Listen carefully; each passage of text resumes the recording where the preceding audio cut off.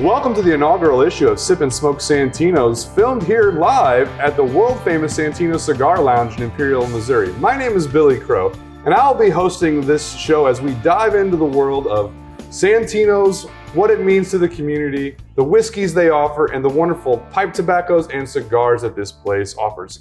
Today, I am here with Santino, the owner of this fine establishment, and the cigar manager, Scott. And before we get into the whiskeys and the cigar we have today, I want these guys to introduce themselves to you, and then we're going to talk a little bit about what makes this place special. Scott, as a cigar manager, you enjoy this place. You were one of the people that helped shape this place and the feel of it. Tell us a little bit about yourself. Hi. Well, my name is Scott here at Sip and Smoke Santino, and I'm 37 years old. I got 2 kids, 2 boys, wonderful kids, wonderful wife as well. Been married since high school with my high school sweetheart, and I was in the Marine Corps after high school.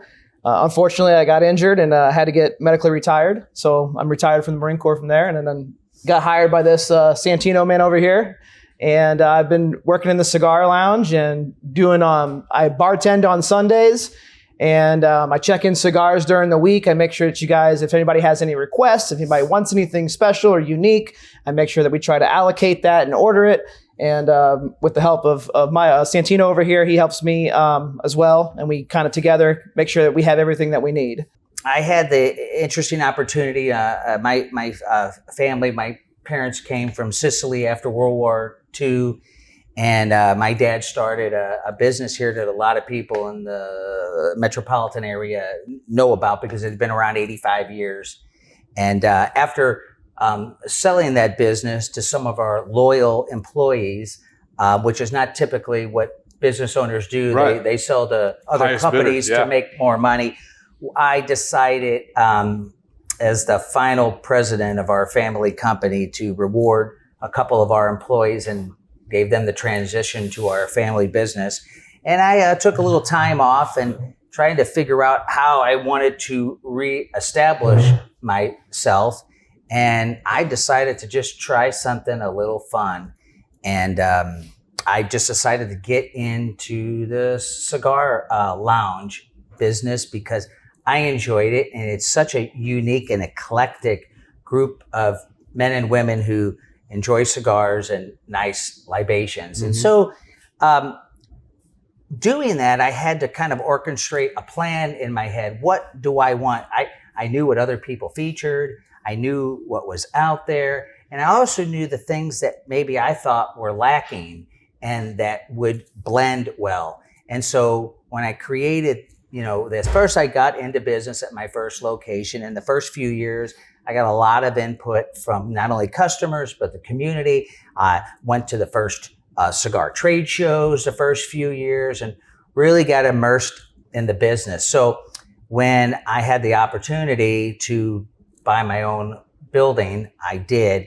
And I took careful consideration how to design it to accommodate everyone's kind of wish list. Yeah. Okay. But I still had to stay within a budget. Yeah. So, I knew that a true cigar lounge would have to include not just a great variety of cigars, but a great collection of liquor to accompany that and other things that you need. So I did. We have a very unique bar. We have over 700 bottles of the rarest liquor. Now, folks, what that really means, 700 is a big number and it sounds overwhelming. It doesn't even sound possible. Yeah, when you first come in and you look at it, Okay. It is very overwhelming. There's so many beautiful bottles up there. The bar is nearly 50 feet long. Yeah. Okay, it's bigger than a typical average bar at an establishment. But I did that, folks, I really wanted 1,000 bottles on the wall. The architect could not figure out how to get 1,000. We just ran out of room. So we have 700-ish. And the neat thing is there's new varieties and allocated varieties coming in all the time. And so I want to thank a couple of entities because without them, and that is Phil and Amanda from Southern Glaziers and Joe at Breakthrough, they really bought into what I was doing and became very supportive. So without their help, I couldn't have done this. So I'm very grateful that they understood my vision and actually bought into it. So, once I had come, and it took a little while to, accumulate this. It takes a lot of time and a lot of work. Yeah. And same thing, I wanted to have the neatest and widest variety of cigars. Okay. And then and what I wanted was an authentic, intimate vibe and feeling. We have a couple of fireplaces in here. We have a beautiful patio that can accommodate over 100 people. We kind of have a Mediterranean theme out there. Sure is, yeah. We have, granite tables, and we have an Italian water fountain. I just had a huge outdoor fireplace put on the patio for those fall or light winter evenings where we can make a nice big fire and people gather around it. So, you go to a lot of other establishments, and sometimes they, great stores, but they might not have a patio. They're not going to necessarily have the variety. But folks, we need everyone. I like to see more and more cigar lounges pop up. It's a great thing for every community, not just this one. You mentioned that this feeling of like your friend. You're not customers, you're friends. And one of the things that struck me when you walk in the place is you've got a plaque on the wall. Now, a lot of places they'll have plaques that honor if a politician comes or a famous movie star comes, but that plaque is different and unique. That plaque just honors a regular customer that came in. I think you mentioned, we'll talk a little about it. It was your first customer and someone that you became friends with over the years. Tell us a little bit about that. Yeah, his name was Sam Wright. Sam, just luck of the draw, happened to be the first customer on my first day, and he became a fixture. And Sam and I became very close. Sam was suffering from some major illnesses, and when I met him back in 2016, I actually wasn't sure if he was going to make it to the end of the year by what he was describing. And Sam, thank God, stayed around for 10 more years, and just recently passed away. And it's been hard on me and hard on a lot of the people here, because he was here every day, literally, folks, 7 days a week. This was his favorite thing to do. He just wanted a cigar and a Diet Coke, and he was a friend to everyone. And so it's been sad, but yes, you're right. I appreciate that you noticed that. We don't want to give recognition necessarily to famous people or anything. The famous people are my customers. That's right. Now, Santino here mentioned the original building, Scott, and the humidor in this building is probably more square footage than an entire last building Santino Absolutely. had. So what is it like for you as a cigar manager curating that selection? So I listen to a lot to what our customers have to say. I'm here on Sundays and I'm here during the week, and sometimes I stay and I talk to people, but I'm always asking questions. As a cigar manager, I'd be stupid not to. I'm always asking people, hey, what do you think about this brand? What do you think about that brand? What does it taste like? What would you like to see? What would you like to see next? And that really helps me figure out what this area wants and what this area needs. And so it's really easy when I have really good relationships with our suppliers, like Mike was saying, that anytime one of our customers comes in and says, hey, I want a box of Aladino, I want a box of Padrones, I want a box of whatever, it's very easy for us to call the rep up and say, hey, can we get this here? And it's here within a week. And so it's really, really easy for us to get whatever you guys want. We took a lot of time. We took a lot of patience in that humidor. It's curated so that way when you walk in, it's organized in a way that all the flavored stuff is in one section. All of our high-end stuff is in one section. We have an age section that's in there as well. So if you guys don't know about that, we have a special selection in our humidor where our cigars have been aging for 5 or more years. So actually 8 to 10 now. 8 to 10 years now. So we have a lot of aged cigars in there, and that gives it a nice, mellow, nuanced flavors to some of those harsh Maduros that may have been really, really, really, rough, 6 years ago, but now they've mellowed out into something that's really smooth and leathery. So yeah, it's really nice. Without further ado, I'm getting thirsty, gentlemen. So the first whiskey we have to review today is the Balvenie Double Wood 12-year Scotch. Now, this is distilled by the Balvenie Distillery, and it's a Speyside Scotch, which is a little different than my preference is an Islay. I like a little more peaty, but this Balvenie, being a Speyside, is very, very good. Scott, tell us a little bit about this Balvenie. So this Balvenie, sorry, I'm trying to get the nose notes on it. It's really sweet. It's very sweet. It's got a lot of vanilla notes into it. I smell maybe a little bit of honey, some oak.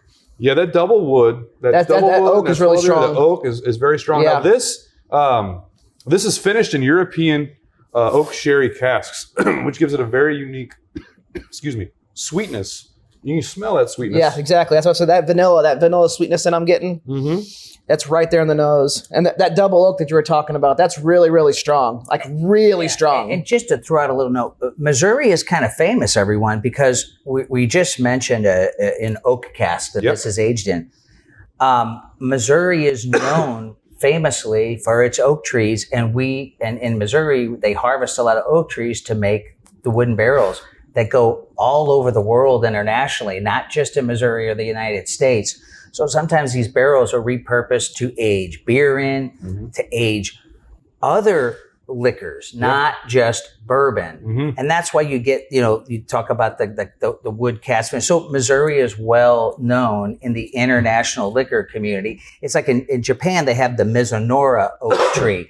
That is the Japanese version of our Missouri oak tree, and it is famously, known because obviously it just grows there. Yeah. But Missouri has a real connection to our industry because it's well known for our trees, our oak. Yeah. Well, let's have a sip, boys.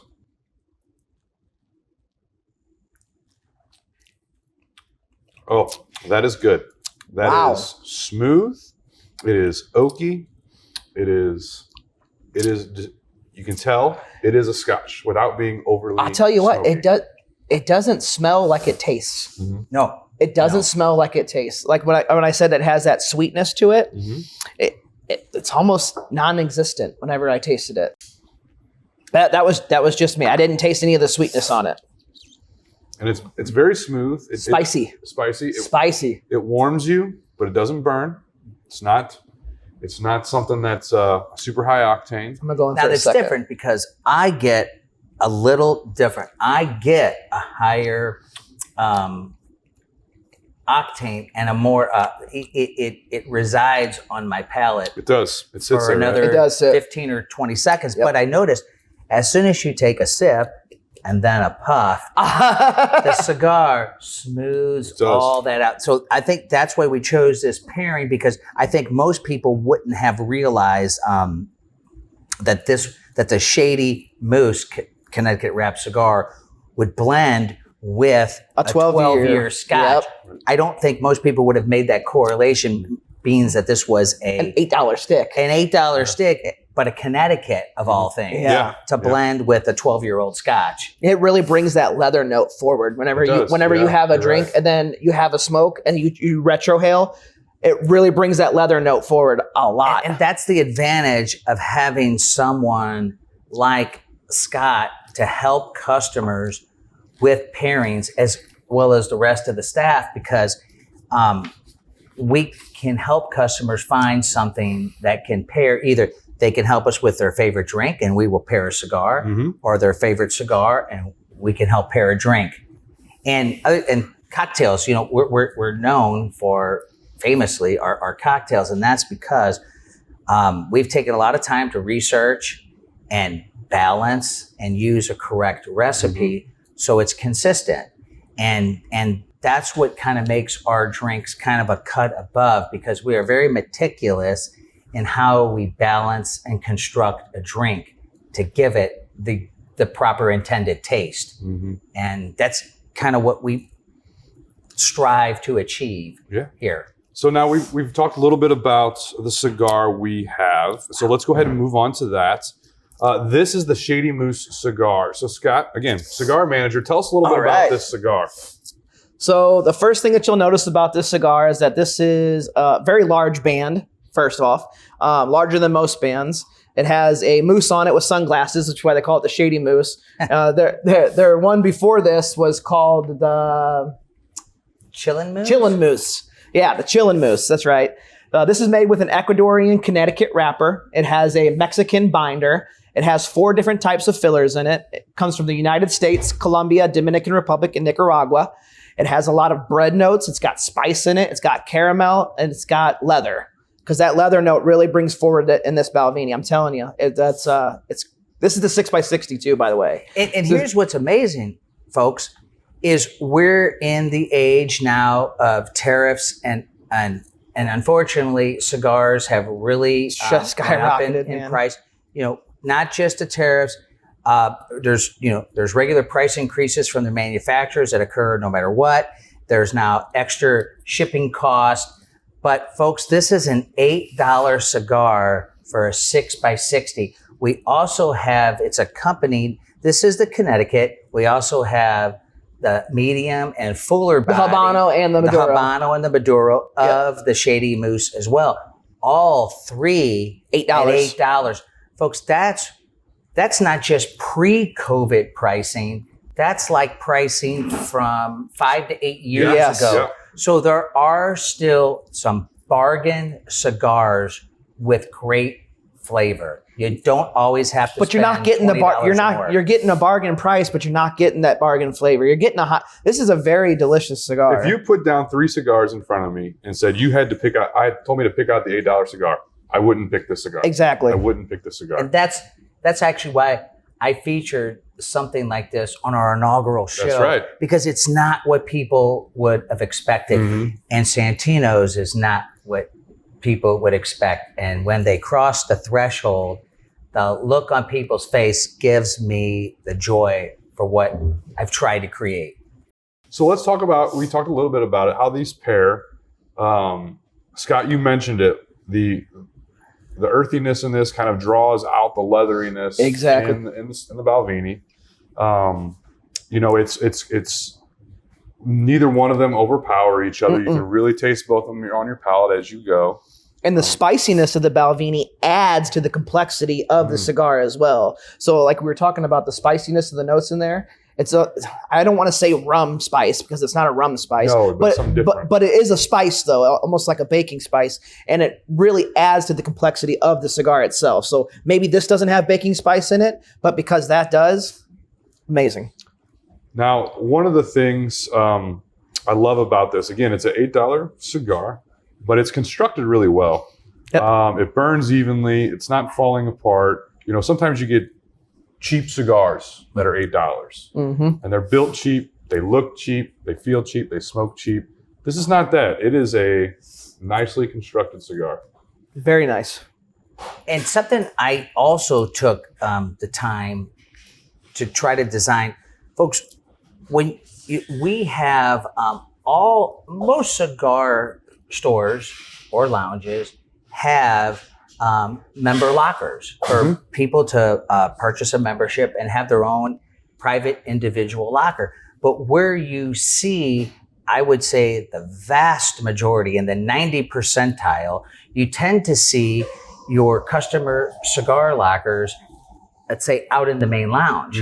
Well, what I did that I thought might be an improvement is to put the lockers for members in the perfectly controlled humidor. Makes perfect sense. Right? Makes perfect sense. So now everything is, your cigars are as quality controlled as my whole humidor because it's in the humidor. That was a facet that I thought was instrumental in providing the utmost quality. Rather than having a little bitty, little humidifier in a big, vault wall of lockers that isn't going to maybe distribute the humidity evenly and correctly. And if not proper maintained by staff daily, it actually won't really function that well at all. So I wanted to take out the variable, and I just put the lockers in the humidor, Yeah. and it eliminated any future issue. Yeah. Now, with the few minutes we have left, I want to, and for the folks that have stuck around, I really appreciate that you've stuck around, and we want to reward you for sticking around to the very end. We've got, and we're going to have on all these episodes, a special deal, which is going to be if you have a pour of our featured liquor and either our featured cigar or pipe tobacco, Santino, you're going to throw a deal their way. What's that deal? Every week, the items we feature will be on sale that next week for 20% off. So if you purchased a 12-year Belvini and our Shady Moose. you're getting 20% off that purchase. And we're going to do that every week. We're going to feature a special, a real discounted special. Fantastic. Absolutely. And just to add on to that, we want to make sure that you guys, so there's no confusion, that's any Shady Moose cigar paired with the Balvenie. It doesn't have to be just the Connecticut. That's any Shady Moose cigar.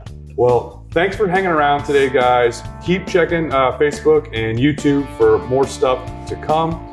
For Santino and Scott, I'm Billy Crow. Thank you for watching this inaugural edition of Sip and Smoke Santinos.